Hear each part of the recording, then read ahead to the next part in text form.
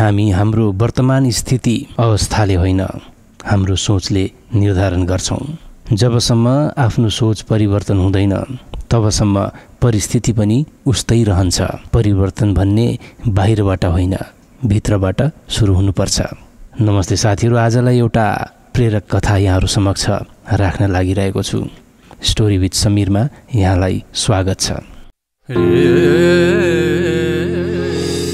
समीरसित जीवनका कथाहरू।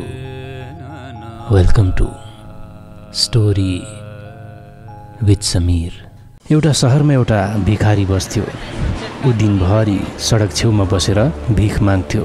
फाटेको लुगा, फुस्रो अनुहार र निराश आँखामा ऊ संसारभरिको गनगन बोकेर बस्थ्यो। एक दिन त्यही ठाउँबाट एकजना वृद्ध मानिस जाँदै थिए। उनलाई देखेर लाग्थ्यो कि उनी पक्कै पनि बुद्धिमानी व्यक्ति हुनुहुन्छ। भिखारीले हात फैलाउँदै माग्यो, सुन्नुहोस् न महाशय, केही दिनुहोस् न, मलाई अलिकति दया गर्नुहोस्।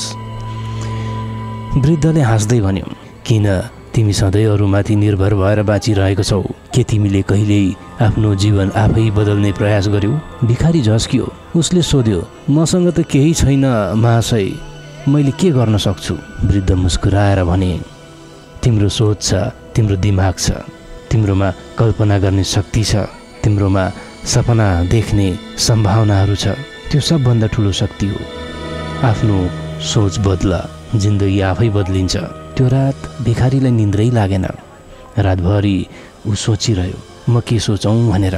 उसले आफ्नै जीवनबारे सोच्यो। ऊ सधैँ दोष अरूलाई दिइरहन्छ, सरकार, समाज, भाग्य, तर कहिल्यै आफै परिवर्तनको प्रयास भने ऊ गर्दैन। उसले गरेन पनि। अब हुँदैन, म केही गर्छु।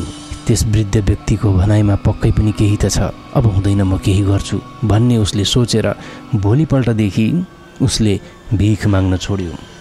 सडकमा फालिएका प्लास्टिकका बोतल र पत्रिकाहरू सङ्कलन गर्न थाल्यो। थोरै पैसाले ऊ खाना किन्थ्यो र बाँकी बचत गर्न थाल्यो।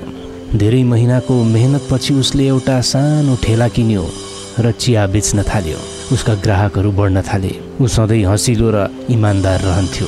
केही वर्षमै उसले एउटा सानो पसल खोल्यो।